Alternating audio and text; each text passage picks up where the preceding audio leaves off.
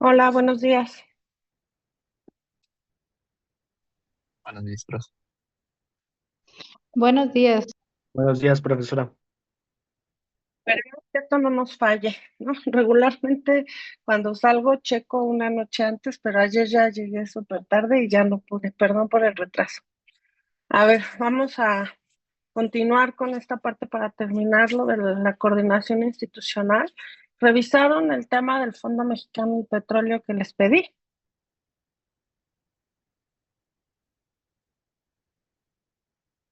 Sí, yo sí, pero la verdad encontré muchas, ¿cómo se llama?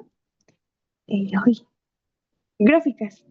Ajá, Y sí, la verdad como no muy las entendí. estadístico, ¿no? Muy Ajá. estadístico el tema, sí, Y de sí, ahí pues sí. tenían como que muchas agendas de pues las personas que trabajan ahí. Venía que decía de que sus funciones.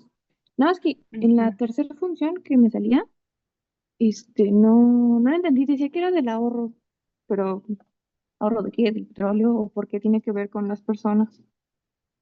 No, tiene que ver con estas inversiones a corto, mediano y largo plazo, específicamente la de largo plazo, ¿no? O sea, que finalmente ese dinero puede ser utilizado para estabilizar las finanzas del Estado. O sea, que ese tiene como fin último. En una primera instancia siempre va a tener el desarrollo de la industria petrolera, pero vaya que no tan solo es que se esté sacando de las arcas del Estado sin motivo alguno, sino para que se invierta y se maneje desde otra perspectiva y pueda juntar o tener ese ahorro, ¿no? Pero no, no es del hidrocarburo, ni del petróleo, ni del gas, o sea, es respecto al dinero, al flujo de efectivo que está disponible para el Estado, ¿sí? Muchas gracias, Dulce. ¿Quién más revisó? Bueno, yo doy por hecho que Ya, todos revisaron, profesora. entonces, a ver, Karima y después Cintia. Sí, justo también vienen como los acontecimientos relevantes y nos marca como una línea del tiempo y está como la opción también para consultar las principales funciones, ya sea en video, en un texto, en un texto o en un folleto. ¿Les parece, Y pues como tal sus funciones. te parece que la página es amigable o no? Sí, a mi parecer sí, porque está como muy dinámica. Ok, ok, gracias.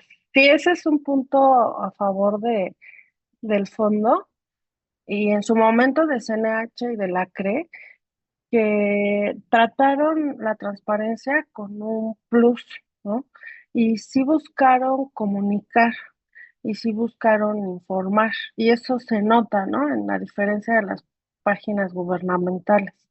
Sí, Cintia,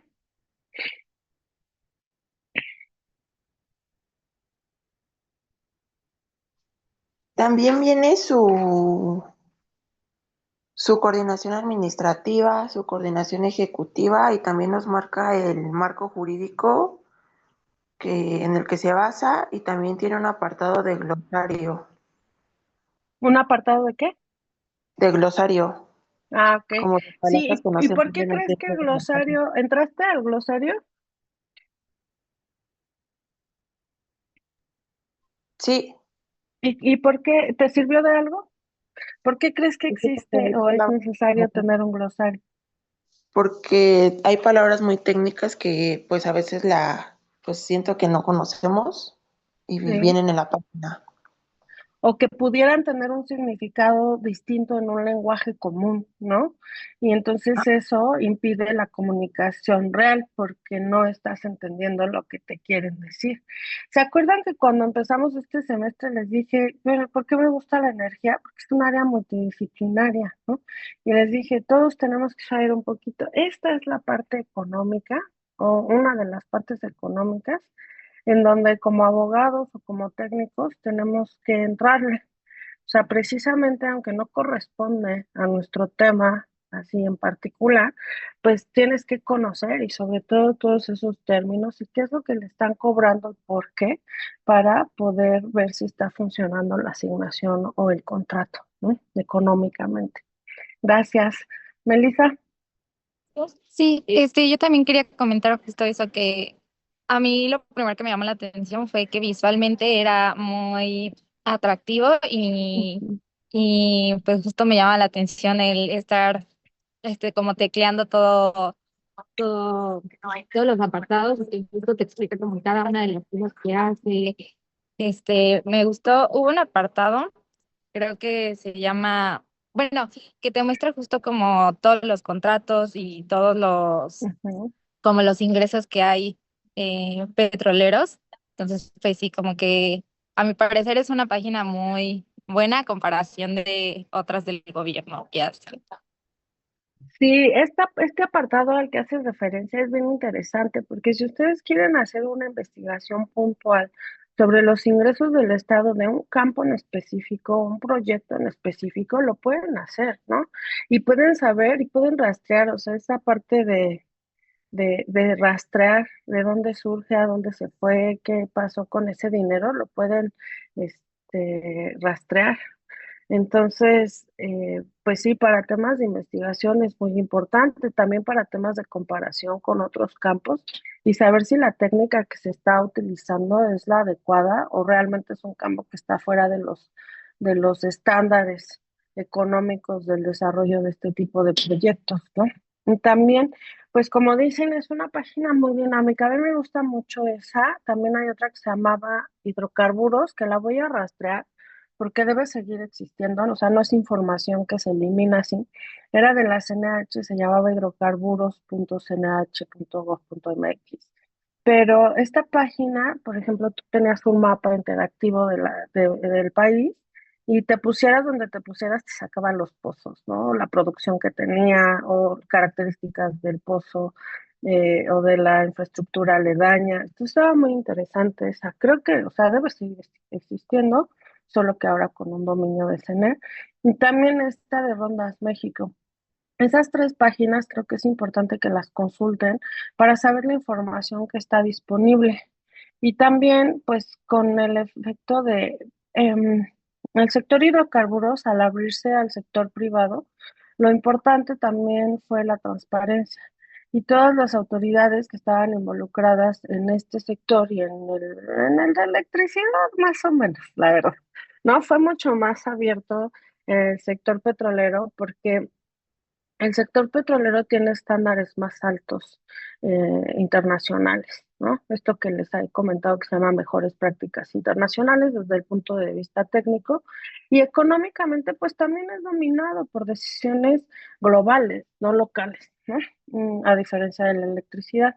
Pero cuando se abre al sector privado, pues se quiere dar este plus o se quiere igualar el estándar en temas de compliance con respecto a la administración pública. Entonces, todas estas instituciones abren la información que se llama transparencia y todos saben que tenemos obligaciones de transparencia como Estado, ¿no?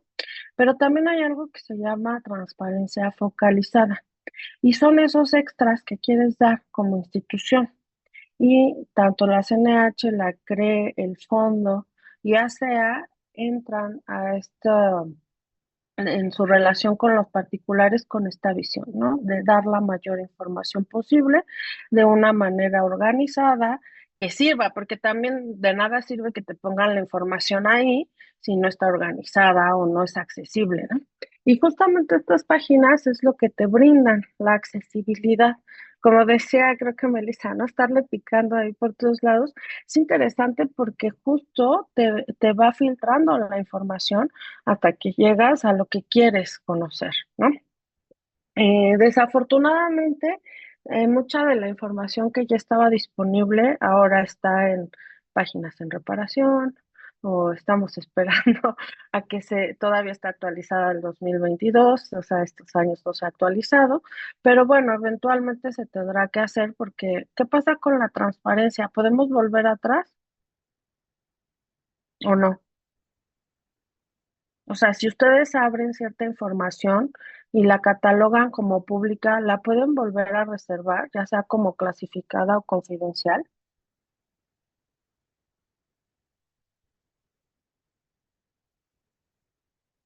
¿Qué dices ayer? Nada más te vi mover la boca, pero Bueno, o sea, que yo sepa, no. Bueno, es que ahorita que estoy haciendo el servicio social, Ujú. estoy en un área de transparencia y, o sea, por ejemplo, los filtros que se toman para, o sea, confidencial o para reservar cierta información, pues sí son amplios, ¿no? Sí, Entonces, supongo yo que cuando ya se hace una versión pública, ya sea que esté eh, censurada o no, supongo que ya no se puede regresar, ¿no? Por lo mismo de, digamos, este derecho a la información, bueno, al acceso a la es correcto. información. Es correcto. ¿Dónde estás haciendo el servicio? En la Comisión Nacional de Seguros y Fianzas. Ah, ok, qué interesante. Uy, ahí hay un montón de información reservada. Ahí transparencia, sí es transparencia. Así hay que filtrar un montón. Vas a aprender un montón ahí. Bueno, sí, cañón. El tema es justo como dices ayer, ¿no? O sea, está en distinguir. Él habló de versiones públicas testadas, ¿no? O sea, esto que está confidencial.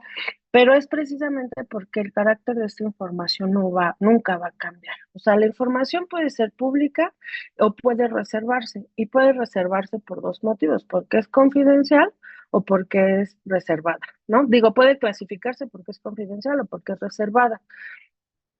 Si es confidencial, esa confidencialidad nunca se va a perder porque es intrínseco de la información. O sea, siempre la vamos a tener que entregar testada y por eso generamos versiones públicas. Pero hay información que es pública per se, ¿no? Como toda esta que ya estaba en estas páginas. Entonces ya no podemos echar la vuelta atrás y ya no podemos decir, ay, toda esta información de Pozo se dio mal y entonces ahora ya no la vamos a dar. Entonces, eventualmente la administración tendrá la obligación de volverla a poner disponible, ¿no? Eventualmente, esperemos. Pero bueno, mientras las voy a arrastrar, se las voy a compartir para que ustedes puedan investigar. Es muy dinámico esas tres páginas. Le pueden ir picando y saber exactamente lo que quieren o todo, ¿no? El Fondo Mexicano del Petróleo, como hemos dicho muchas veces, es un fideicomiso público y este es administrado por el Banco Central. Entonces, bueno, pues también tiene otros recursos, tiene otros ingresos, tiene otro presupuesto y también su estructura es totalmente diferente, ¿no? Por eso hablaban del coordinador ejecutivo. Bueno, creo que ahora es coordinadora y ay, se me olvidó su nombre ahorita, pero Samantha creo, o algo así. Bueno, no me acuerdo. Estas personas de lo que se encarga, pues justamente es de supervisar que tanto Pemex a través de las asignaciones como los contratistas que tienen un contrato para la exploración y extracción de hidrocarburos, de esos que se dieron en la reforma, estén pagando uno, su derecho, que ahora es un derecho de petrolero del bienestar, y antes el derecho de utilidad compartida, y el otro, o sea, el contratista, las contraprestaciones, ¿no? Pero solo va a ser eso, o sea, la etapa exploratoria, ¿qué pago se va a recibir? El derecho por la etapa exploratoria, que es lo que les decía que corresponde a un monto fijo por kilómetro cuadrado.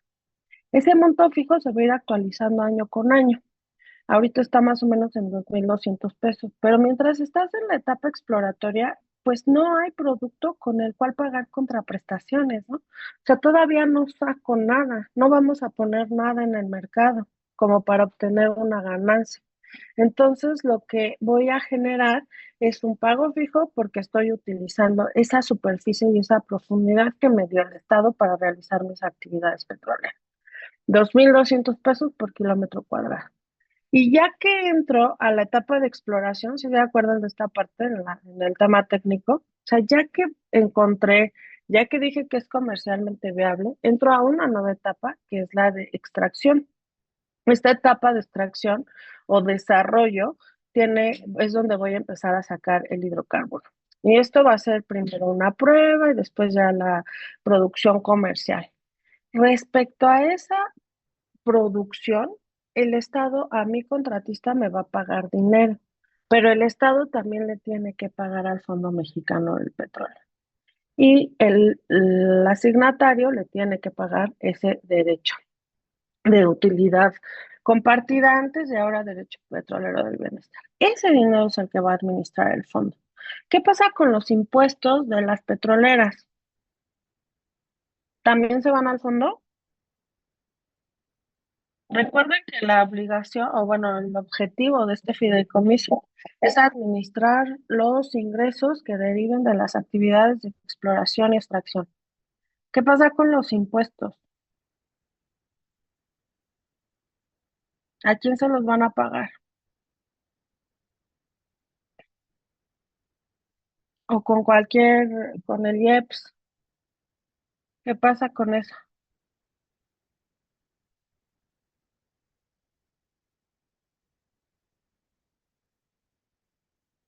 ¿Qué crees que pase, Leilani?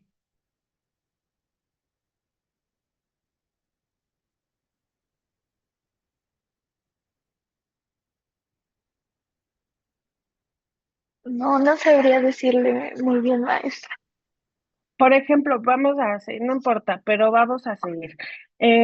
Si la atribución del Fondo Mexicano del Petróleo es administrar los ingresos que deriven de las actividades de exploración y extracción, ¿el impuesto deriva de eso?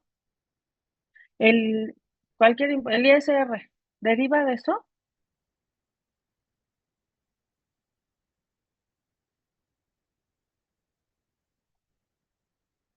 ¿O cualquier empresa está sujeta al pago, obligada, no sujeta, obligada al pago de ISR?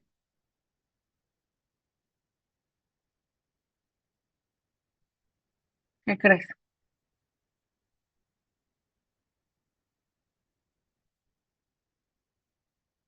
¿Alguno ya paga impuestos? O sea, ¿alguno trabaja? ¿No? Ninguno, ninguno. Bueno, pero ¿quién está cerca de las finanzas del hogar de sus papás? ¿Nadie? Ya les queda bien poquito, ¿eh? Para salir al mundo cruel y real. Este, bueno, ok. Yo trabajo para el gobierno, ¿no? ¿Ya han oído esta frase de que soy cautivo? O sea, mis impuestos se pagan porque se pagan. ¿Por qué? ¿Por qué, Melissa? Yo trabajo para la UNAM, doy clase aquí en el posgrado y en ingeniería. Tengo 3 clases aprox al semestre. ¿Qué impuestos pago por eso? Porque gano dinero de la UNAM. Bueno, en teoría, ¿no? Debo ganar dinero. Este, me pagan completo y luego yo voy y pago mis impuestos. No, me los retiene la UNAM.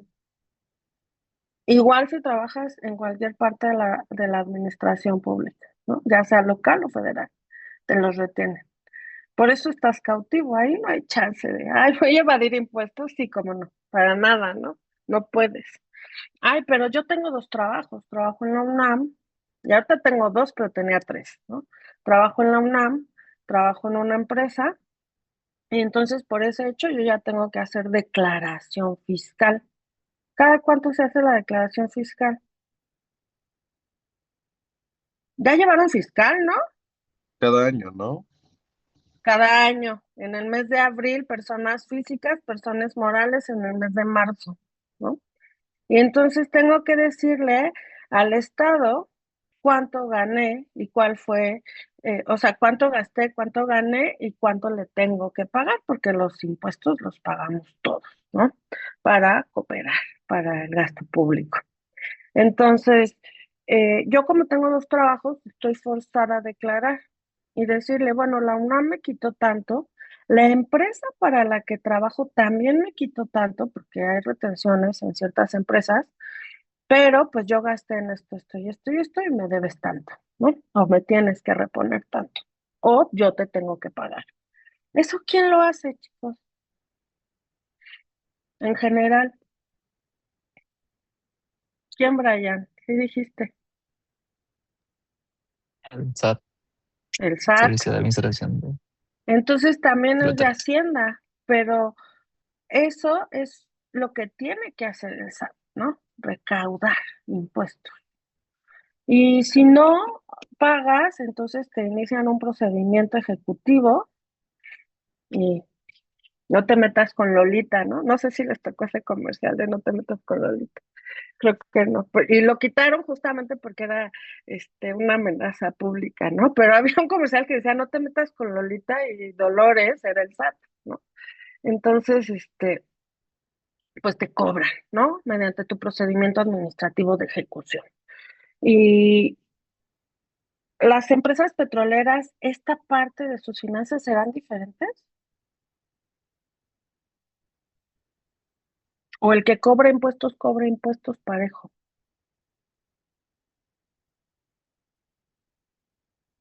¿Qué piensas, Diana? Pues es que tengo entendido que o sea, a través del SAT se cobran los impuestos la federación, pero no Ujú. sé si entran en la misma, pues en el mismo lugar, vaya.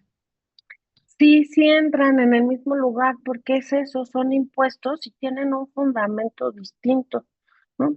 Los impuestos de las empresas petroleras son igual a los impuestos de las panaderas, de las de metales, de las automotrices, de las personas físicas con actividad empresarial, de las estéticas, ¿no? Del comercio local, de nosotros como personas físicas que pueden ser servicios profesionales o bien estar como empleados o asalariados.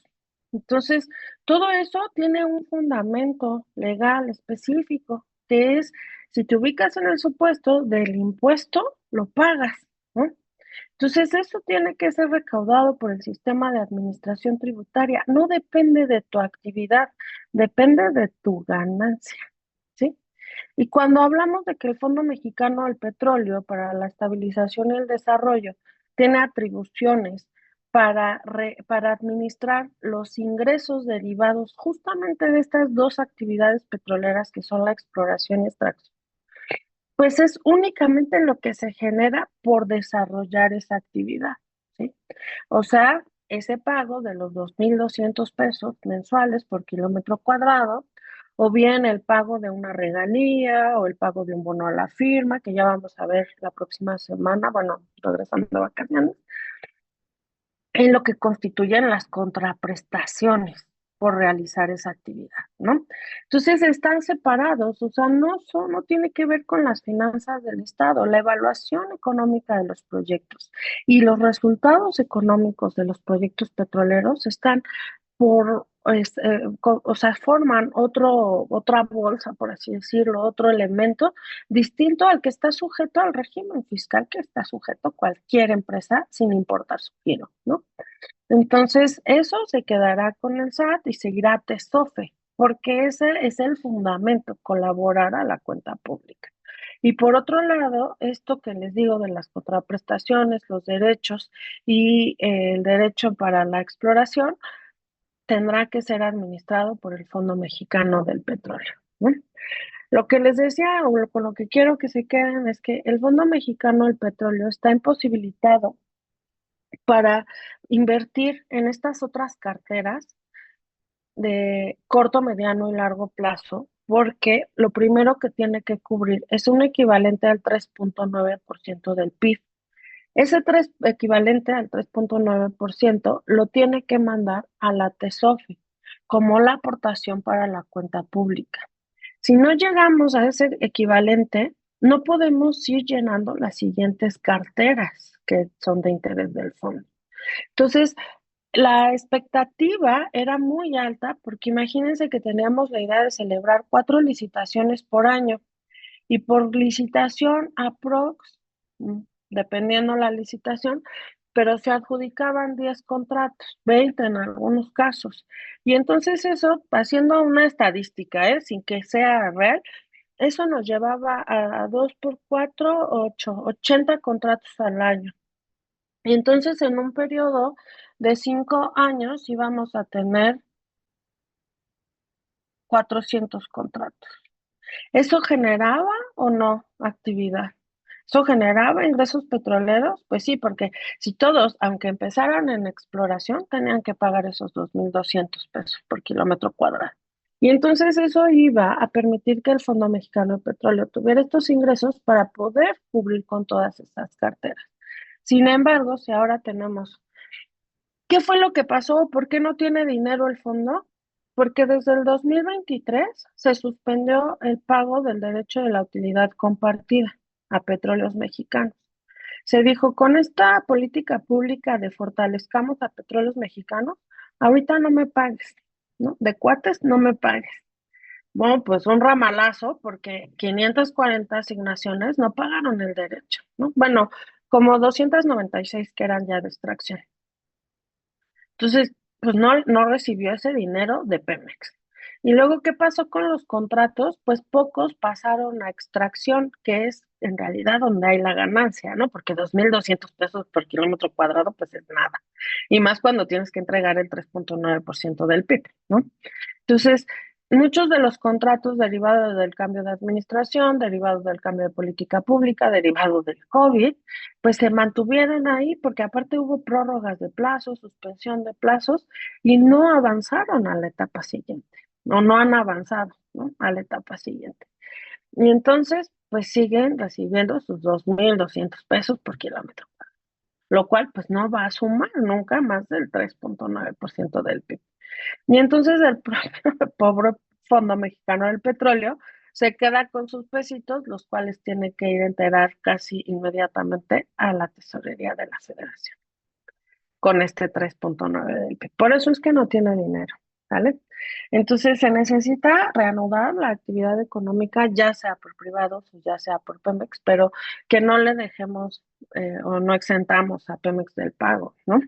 Se supone con este derecho ya fijo en el 30% lo tienen que pagar, pero pues 2023, 2024 y 2025 no pagó el derecho. Entonces, pues no hay dinero para el fondo, ¿vale? ¿Sí les queda claro qué hace el fondo? Ok, de acuerdo. Eh, Hoy estoy aquí en Hidalgo porque, como les dije, hay una parte de la información petrolera que se administra por unos lugares que se llaman litotecas nacionales, ¿no? Bueno, Litoteca Nacional es una, pero con dos sedes, una en Hidalgo y otra en Mérida.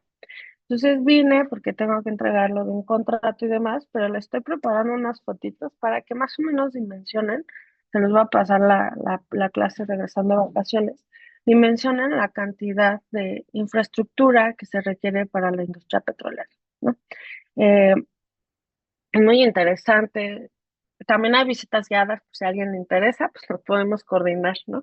Pero es muy interesante ver las dimensiones, sobre todo, y desde que entras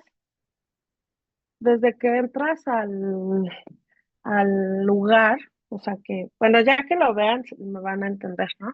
Pero es un olor, así como a tierra mojada, muy, muy particular. Y cuando abren las muestras, pues ¿a qué creen que huele? Ya no huele a tierra mojada, ¿no? O sea, estás ahí petróleo puro, ¿no? Huele muchísimo. Es muy interesante vivirlo. Y también por ahí les mandé ayer una nota que tiene que ver con la declaración oficial del derrame en el Golfo de México. Sé que ahorita no los voy a agarrar de bajada, ¿verdad? Sé que probablemente ni la leyeron, pero lo que sí les quiero pedir es que lo lean y me den una opinión, esta vez sí por escrito, regresando, veo de vacaciones, una opinión de las cuestiones técnicas que dice el secretario de Marina y que son soportadas por la presidenta. Ustedes ya saben que es una chapopotera, porque ya lo vimos aquí. Ustedes ya saben que las corrientes del mar también influyen, porque lo vimos cuando vimos el tema de los tipos de energía.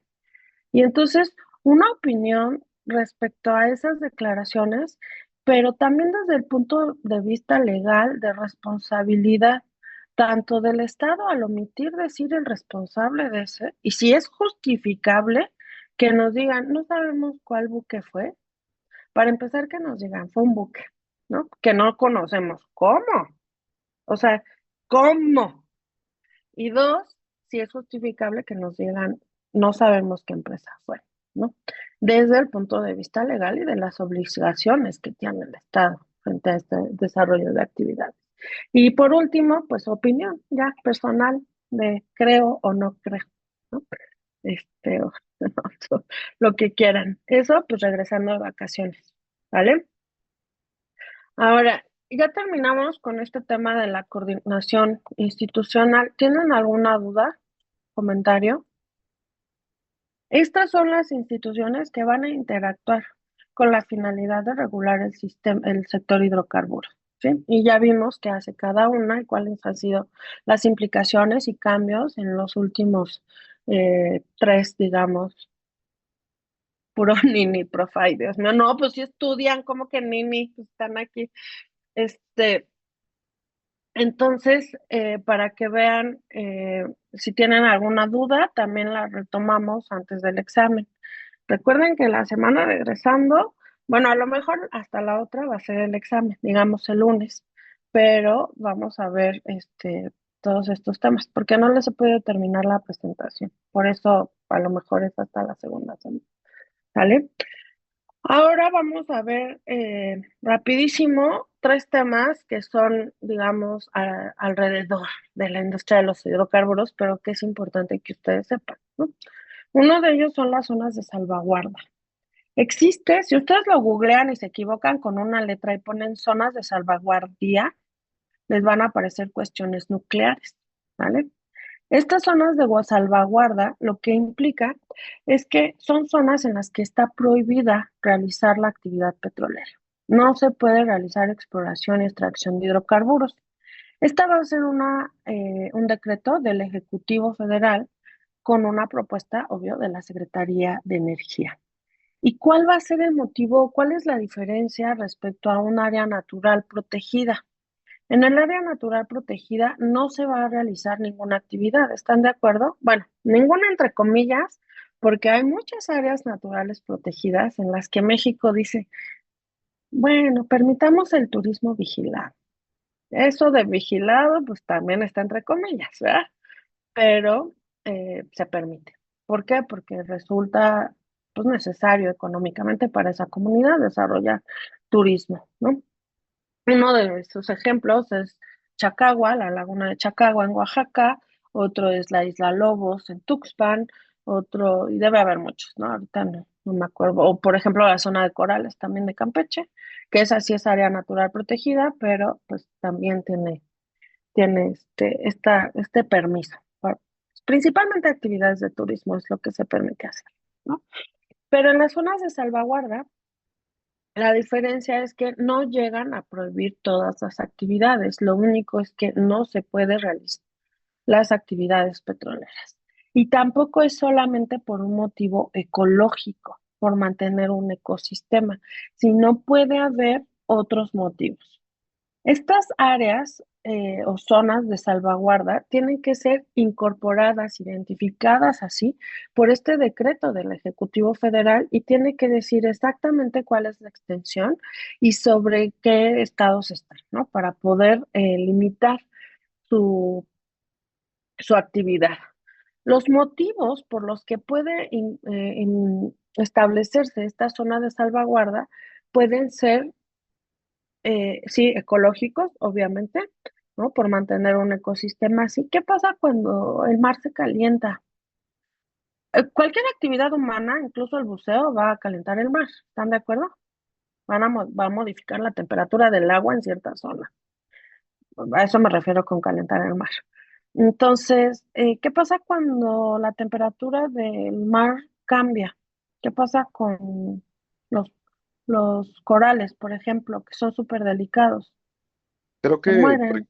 con Ajá, sí. con los corales, bueno, justo le iba a decir que los corales se mueren y, por ejemplo, está comprobado que las corrientes marítimas cambian de dirección conforme, o sea, en las zonas en las que hay más calor o, por ejemplo, tránsito de, no sé, barcos, cruceros y de ese tipo de contaminación, muchas de las, pues, ¿cómo decirse?, rutas oceánicas, han Ujú. cambiado por la temperatura porque las corrientes en gran medida también dependen de las temperaturas del mar.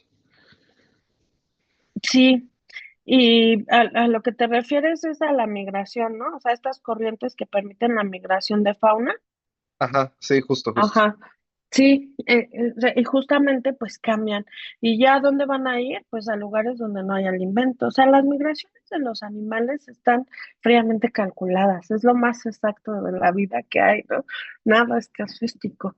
Y justamente el cambio de estas temperaturas pueden modificarlo y llegar a extinguir no solo las especies donde se da esta modificación, sino afectar a otras especies que son de tránsito, ¿no? Entonces, bueno, cualquier actividad humana va a modificar la temperatura del mar, pero cuando hablamos de la actividad petrolera, pues es una modificación sustancial y eso lo que hace inmediatamente es eh, eliminar el ecosistema que existe en ese momento y como dice todas las consecuencias, ¿no? Que Diego nos comenta y muchas más. Entonces, bueno, el principal motivo pues va a ser ecológico para mantener esas condiciones.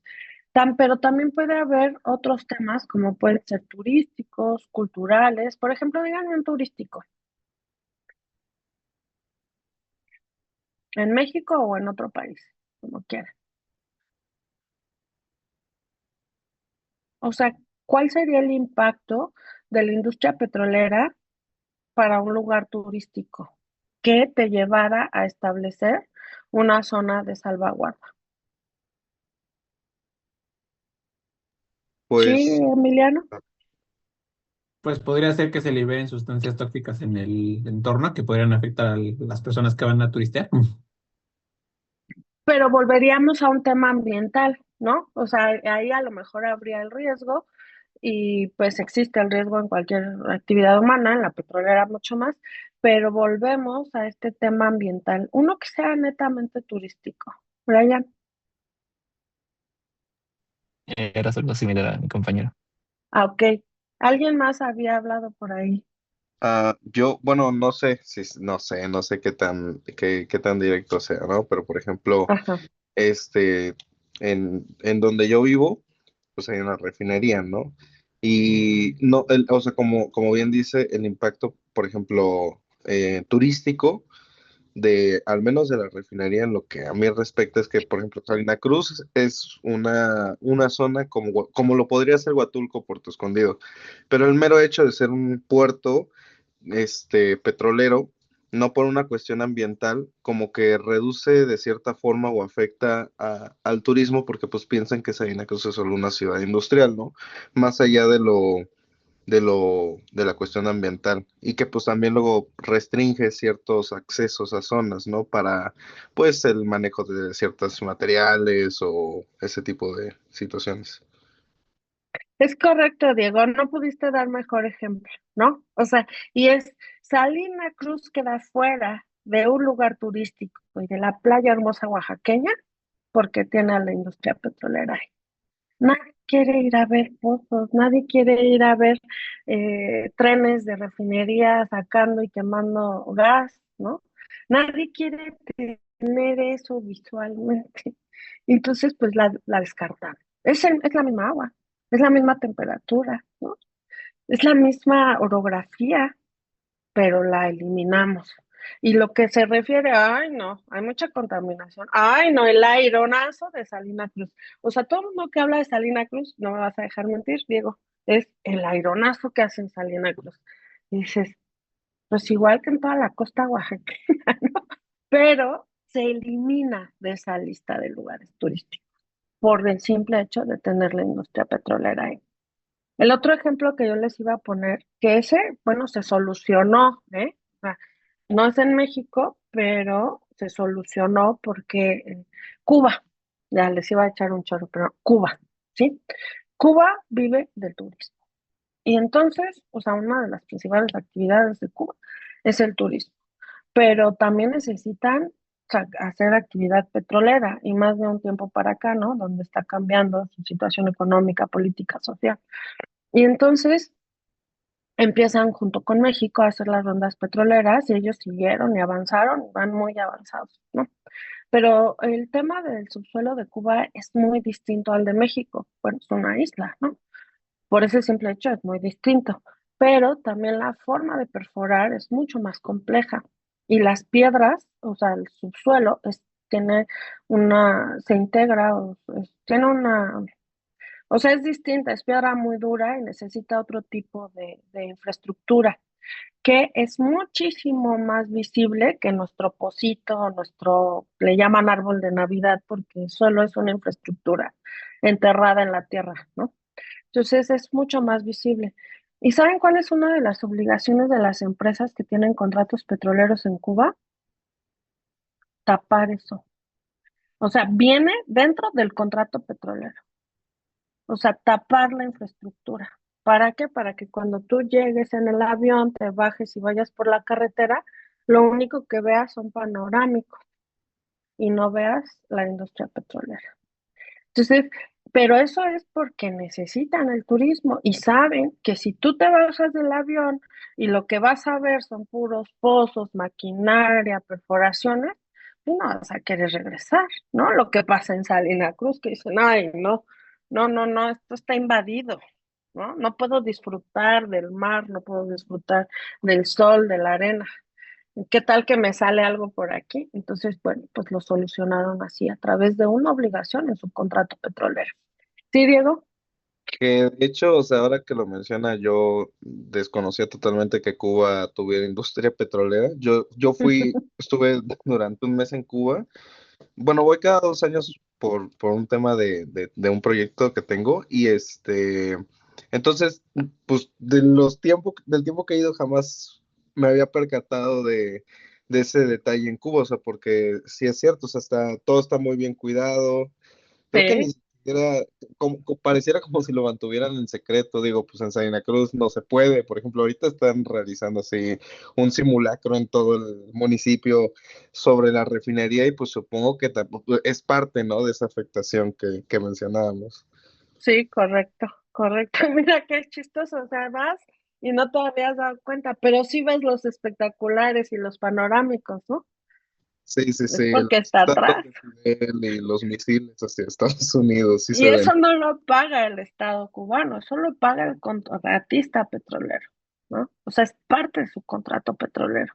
Aquí Cuba se vio muy lista y dijo, a mí no me la van a jugar doble, ¿no? O sea, yo necesito esto y si quieres venir, es bajo estas condiciones. Digo, todos los estados hacen eso, esa es en realidad, pero me refiero a que Cuba tuvo la visión para salvaguardar su actividad económica principal, ¿no? Cosa que me parece muy inteligente. Entonces, pues bueno, y justamente como dice Diego, pues en Salina Cruz, en Tula, en Salamanca, en todos aquellos lugares donde hay una refinería, es así de, oh por Dios, ¿no? O sea, es evidente el daño, es evidente la invasión, es evidente que no puedes hacer tu vida normal, ¿no? Y todo gira alrededor de cómo funciona la refinería. Ahora, los proyectos petroleros de exploración y extracción son mucho más discretos, son mucho más limpios que la refinería, aunque no lo crean, ¿no? Eh, Sobre todo porque muchos años no se le invirtió, el Sistema Nacional de Refinerías de México es muy viejo, es de los años 60, 70, no ha tenido la inversión necesaria para modernizarse ni mantenerse, ¿no? Entonces cada vez está peor, esa es la realidad y necesita mucha inversión. Y en cambio, la actividad petrolera, pues es algo que se va alimentando y se va renovando cada vez. Entonces, por eso es que es diferente, por así decirlo, ¿no? Entonces, bueno, pues ya cultural, ¿cuál sería un motivo cultural por el que digamos, no, aquí no me pongas un pozo? Cultural, no social, ¿vale? Sí, Brian, No sé si entre el tema de los pueblos indígenas, ¿de los qué? como de los pueblos y comunidades indígenas, como No, del ese es sentido de social. pertenencia. Entonces, Por eso ahí sí, hice la aclaración, pero sí, veamos el social, ¿no? Esta parte de las comunidades originarias, en donde, pues, comunidades originarias o vulnerables, ¿no? También, o incluso donde una comunidad depende de una actividad económica específica que se va a ver afectada directamente, como lo habíamos mencionado antes, los pescadores, ¿no? Una zona que vive de la pesca y pues obviamente no puedes dar ahí actividades porque le darías en la torre a la sobrevivencia de esa comunidad. Y principalmente a comunidades originarias o vulnerables. Entonces ahí lo que se tiene que cuidar es permitirles su desarrollo, ¿no? Sin la afectación de la actividad petrolera. Daira. Profesora, no sé si un motivo cultural sería Chichén Itzá, que pues obviamente sería Sí, para proteger la zona, ¿no? sí, es correcto. O sea, lo más que nosotros podemos decir, o sea, más bien, lo primero que pensamos cuando es cultural son las pirámides en todos lados, ¿no? Donde haya. Pero, o sea, es como preservar eso. O sea, no voy a afectar una zona arqueológica por el tema de realizar actividad petrolera. Entonces, bueno, como ven, pues hay diferentes motivos, no solo los que justifican, no solo los ecológicos o ambientales que justifican el establecimiento de un área natural protegida donde no se puede hacer ninguna actividad, sino que solo restringen la actividad petrolera y son diferentes motivos. Para ello, para justificar la existencia de ese motivo, se necesita acreditar, ¿no? Sería muy fácil que yo dijera, ay, no hagan actividad ahí por A, B, C, D, F. Lo que tengo es acreditarlo y lo voy a acreditar a través de dictámenes que van a realizar las propias dependencias involucradas en el tema o con competencia en el tema. Es decir, CENER y Hacienda están por default adentro de los dictámenes, ¿sí? Porque una es la que propone el área y la otra la que revisa los impactos económicos de imponer o de establecer más bien, o imponer establecer una zona de salvaguardia. Pero para sustentar el motivo necesitamos dictámenes técnicos de Semarnat o de la Comisión Nacional de Áreas Naturales Protegidas cuando se trata de temas ambientales o ecológicos, de la Secretaría de Cultura, de la Secretaría de Turismo y aquí no está, pero también de SEDATU eh, en algunos casos, ¿no? Cuando se trata de comunidades originarias o de afectaciones sociales importantes que deban ser consideradas. Dentro de estos dictámenes y dentro del decreto del área natural protegida, tenemos que establecer muy bien la ubicación y la descripción detallada de la zona que va a establecerse esta salvaguarda. Y, por supuesto, todas las causas que se hicieron valer en los dictámenes también van a formar parte del decreto de incorporación a la zona salvaguarda. Esta modificación surgió en la reforma energética de 2013, ¿vale? Ahí en esa ley de hidrocarburos que ahora ya fue abrogada, se estableció la posibilidad de definir zonas de salvaguarda. La retoma la actual ley del sector hidrocarburos, pero vean la fecha, cuando se emitieron los 5 decretos que existen. 7 de diciembre de 2016.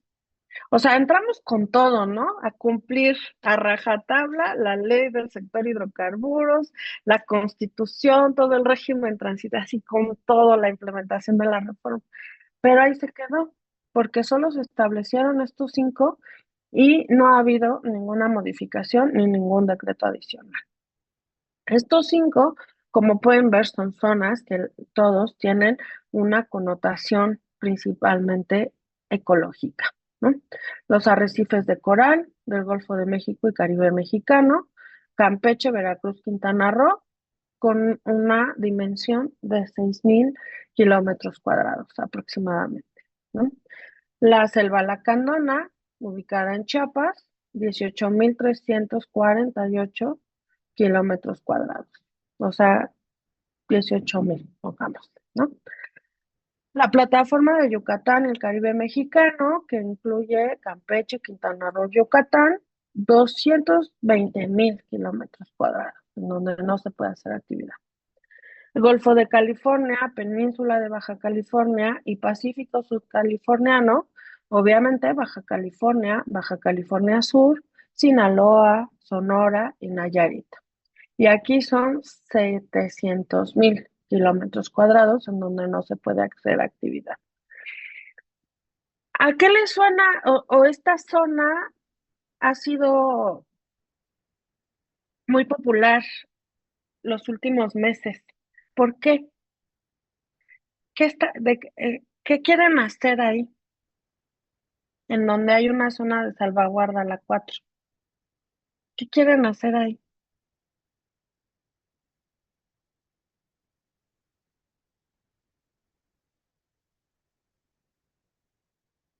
¿No? ¿Nadie? ¿No han oído de las ballenas y el cambio de migración? ¿A qué vienen las ballenas a México? Ah, yo sí. A ver, Diego. Es que justo en vacaciones, las vacaciones pasadas, mi papá tuvo la maravillosa idea de pagarnos un como tour de ballenas donde nos explicaron justo todo eso del porqué de las ballenas. O sea, A ver. entonces, creo que o sea, las ballenas tienen una ruta en la que van desde polo a polo, casi casi, ¿no? O sea, Ujú, y va dependiendo cada lugar. En mares, creo que más cálidos es donde desoban. Bueno, no, ujú. perdón, no desoban, Dan a tienen, luz dan a porque luz, no son, son, sí, ajá, son, son se me olvidó, mamíferos. son Ujú, mamíferos, donde pues dan a luz en, por ejemplo, creo que es en Baja California, me parece, ujú. también se ha visto en playas de Oaxaca, que luego están con sus ballenas muy pequeñas, Bueno, pero luego, esas son otras. Esas ah, son otras. O sea, es otra son ruta. diferentes. Ajá. Ah, ok, Las de porque Oaxaca no son las de Baja California. ajá, porque también van cambiando, ¿no? Porque están, por ejemplo, los que son los cachalotes, las ballenas Ujú, ujú. azules, o sea, hay algunas que van de México, o sea, desde Argentina y terminan hasta en Noruega, ¿no? Y no necesariamente son las mismas. Sí. Bueno, y con esa información, entonces, eh, nosotros podemos decir, bueno, ¿por qué migran a México, de Canadá para México, de Norteamérica para México? Justamente, no se me ocurrió otra palabra más que decir dar a luz, pero tiene un nombre técnico que ahorita se me... Pero bueno, tienen a sus crías en este lado. Y lo que quieren hacer es un gasoducto para que vamos a ser un país de tránsito del gas de Estados Unidos para el resto del mundo. O sea, los vamos a dejar pasar por aquí para que puedan exportar su gas y les cueste menos. Y entonces, justamente, van a afectar esa ruta de las ballenas. Entonces, yo siempre con ese proyecto me he preguntado, hay una zona de salvaguarda. Y sí, esa zona de salvaguarda te limita a realizar actividades de exploración y extracción, pero no tiene que servir como sustento para negar cualquier otra actividad petrolera, como es el transporte. O sea, tendría que, ¿no? Tendría que valer algo que haya una zona de salvaguarda, porque ya tu propio Estado mexicano advirtió que ahí no debes hacer actividad. Pero bueno, esperemos que gane las ONGs en este caso. Y el otro es otra que se llama Manglar y Sitio Ramsar, que son 32, están ubicados en las 32 entidades federativas y son 93,000 kilómetros cuadrados. ¿Saben qué es un manglar? Yo sí, no sé si. A ver qué es. Creo que los manglares son estas, zonas, bueno, el equivalente a los bosques del mar, ¿no? Porque son estas Ajá. zonas de donde hay ciertos árboles en pues zonas como medio pantanosas, donde pues tienen muchas funciones, desvían huracanes, algunos peces, inclusive creo que en la zona de Campeche, esos manglares, los peces los usan como para sus nidos también. Ujú. Creo que también ahí crecen varios ostiones en los manglares de Veracruz. Son como los bosques del mar, yo diría, así lo Del definiría. agua, digamos, más que del mar, del agua, ¿no? O sea, son estas fuentes, porque es una fuente de agua que tiene muchos efectos en el ecosistema, como dice Diego, pues desde frenar huracanes hasta regular un poco el calentamiento global y sobre todo pues tener esta disponibilidad de humedad necesaria. También son conocidos como humedales. Chacagua, de la que tanto hablo, es porque me enamoré de Chacagua, porque pues es un manglar también, ¿no? Es un humedal. Entonces, y tiene todo Chacagua, así hay que cuidarlo. Y el sitio Ramsar son estos manglares, pero tienen un reconocimiento internacional, o sea, es la única diferencia, ¿no? No es que sus características psicológicas o físicas cambien, simplemente tienen ya o cuentan con ese reconocimiento internacional de un sitio Ramsar. Entonces, todo esto, pues, está también restringido porque lo que vamos a necesitar es mantener ese ecosistema como está por todos los efectos y la disponibilidad de agua y humedad que se requiere, ¿no? Entonces, todos los manglares y sitios Ramsar están identificados aquí. Y como ven, pues son las únicas que se han establecido, estos 5, y desde el 2016 pueden, digamos, en algún momento podrían quitarse esa zona de salvaguarda, una zona de salvaguarda. Pues sí, o sea, no es como otras que ya se establecieron y punto, ¿no? Como las áreas naturales protegidas. Aquí sí se pierde eh, el bien jurídico tutelado, por hablar correctamente, pues también dejaría de existir la zona de salvaguarda. En temas de ambientales o ecosistemas es difícil que se revierta porque, bueno, el tiempo que tardaría en cambiar es demasiado.